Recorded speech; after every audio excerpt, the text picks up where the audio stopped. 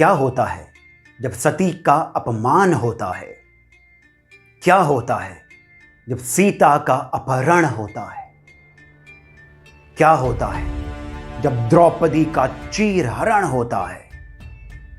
क्या होता है जब मां बहू बेटी को जौहर करना पड़ता है? जौहर ये आसान नहीं है, ये वीरता की चरम सीमा है। जौहर ये एक यज्ञ होता है, एक अग्नि कुंड में शरीर की आहुति देनी होती है, भस्म होना होता है। उसी से तब शिव की भस्म आरती होती है, महादेव प्रकट होते हैं, भद्रकाली और वीरभद्र तांडव करते हैं। तब द्रौपदी की चित्कार पर स्वयं श्री कृष्ण पधारते हैं, महाभारत होती है। तब सीता की पुकार पर हनुमान सहित राम आते हैं, लंका दहन होती है। अकबर की भी लंका जलाने महाराणा प्रताप ने दिवेर के युद्ध की घोषणा करी। हल्दी घाटी का युद्ध ना ही निर्णायक था और ना ही अंतिम, पर इतिहासकारों ने और पंचमक्कारों ने महाराणा प्रताप के धैर्य, शौर्य और तप के साथ जो छल किया, अब उसे दिवेर के युद्ध की ये अद्भुत कथा ही राख करेगी।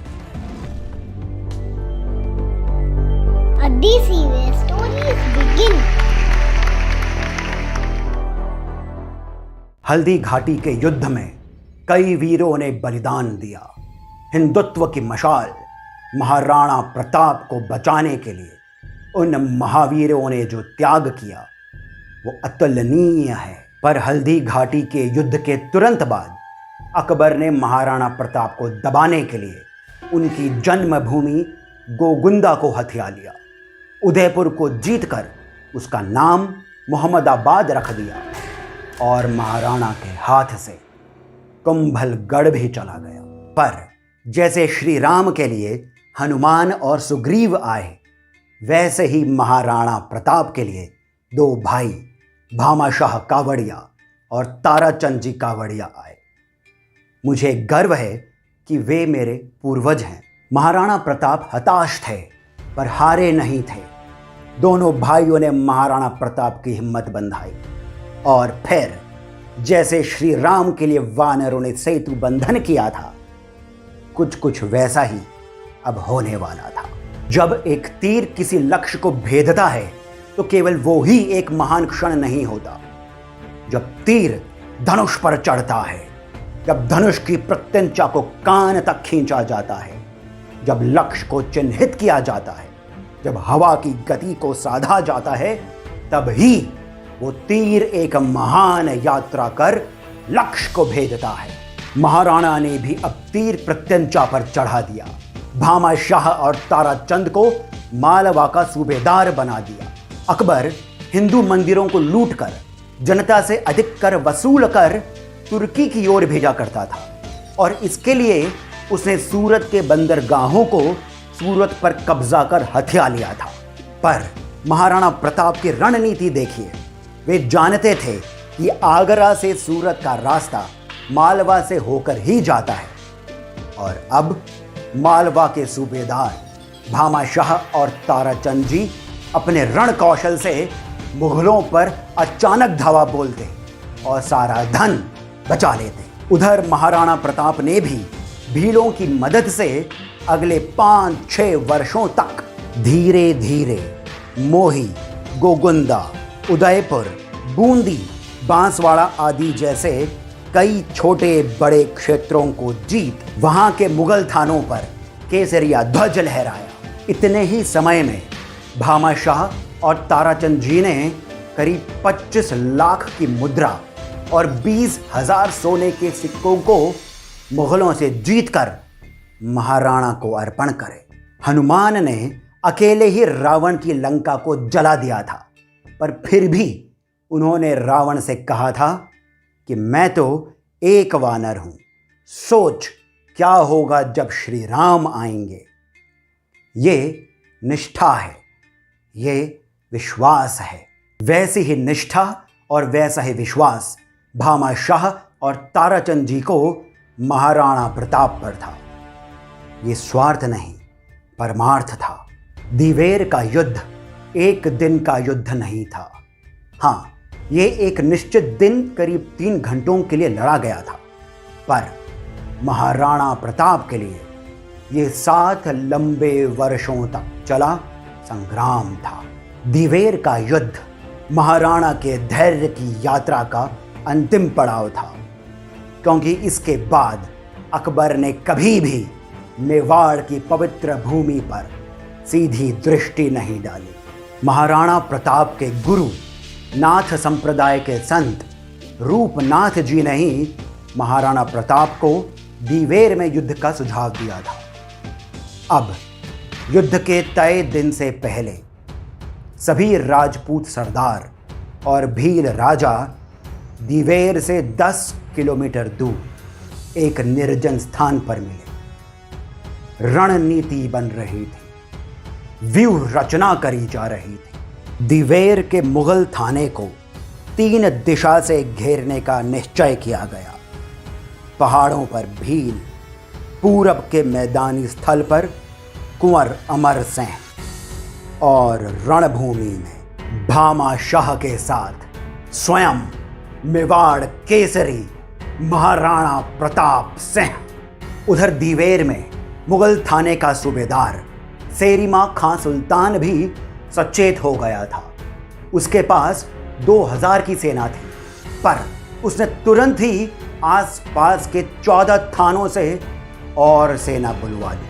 अब महाराणा के साथ थे 25,000 राजपूत और भील सिपाही, 5,000 घुड़सवार और अन्य सरदारों के साथ आए करीब 10,000 और सिपाही। और वहीं सेरिमा खां सुल्तान के साथ थे 15,000 सैनिक। दिवेर के युद्ध से पहले की रात महाराणा प्रताप के लिए कितनी लंबी रही होगी। महाराणा सांगा का शौर्य, पन्ना अध्याय का त्याग, रानी पद्मिनी और रानी कर्णावती के जौहर का यज्ञ, हल्दी घाटी के महावीरों का विश्वास, ये सभी एक साथ महाराणा को एक टक देख रहे होंगे और दोनों हाथ उठा उन्हें आशीर्वाद दे रहे होंगे। कदाचित सूर्य भी सुबह उगने से पहले अपने घोड़ों की लगाम को कसकर थामे होंगे कि इस दिन महादेव स्वयं महाराणा के शरीर में प्रविष्ट हो तांडव करेंगे। सुबह की पहली किरण के साथ केसरिया बाढ़ ने मुगलों को बहा दिया। सेरिमा हाथी पर था। महाराणा ने उस पर भाले से वार किया। वो झुका और बच गया। तब एक राजपूत योद्धा हाथी के आगे के पैरों के बीच में घुसा और अपनी तलवार से उसकी दोनों टांगें काट दी। हाथी झुका। महाराणा प्रताप ने फिर से उस पर अपने भाले से वार किया। हाथी का सिर फट गया। वो नीचे गिरा। सेरिमा भागा। अब सेरिमा घोड़े पर सवार होकर के लड़ने लगा, पर पहाड़ों से तीर और पत्थर बरस रहे थे। वो समझ गया कि अब अंत निकट है। वो मैदान की ओर भागा और यही तो रणनीति थी महाराणा प्रताप की। वहीं पर ही कुंवर अमर सिंह सेरिमा की प्रतीक्षा कर रहे थे। उन्होंने कोई क्षण गवाए बिना अपना भाला उठाया और उसे इतने वेग के साथ सेरिमा की छाती पे दे मारा कि वो भाला सेरिमा की छाती को भेदता हुआ, उस घोड़े को भी फाड़ता हुआ धरती में गड़ गया। ऐसा पराक्रम भाले के साथ पहले कभी नहीं देखा गया था। अब एक ही भाले से सेरिमा और उसका घोड़ा दोनों ही धरती से बंध गए थे। ये युद्ध 3 घंटे तक चला। कोई भी युद्धबंदी नहीं था। जो सामने आया उसे काट दिया गया। दोपहर तक दिवेर के मुगल थाने पर अब केसरिया ध्वज लहरा रहा था। महाराणा अभी रुके नहीं। कार्य अभी अधूरा था।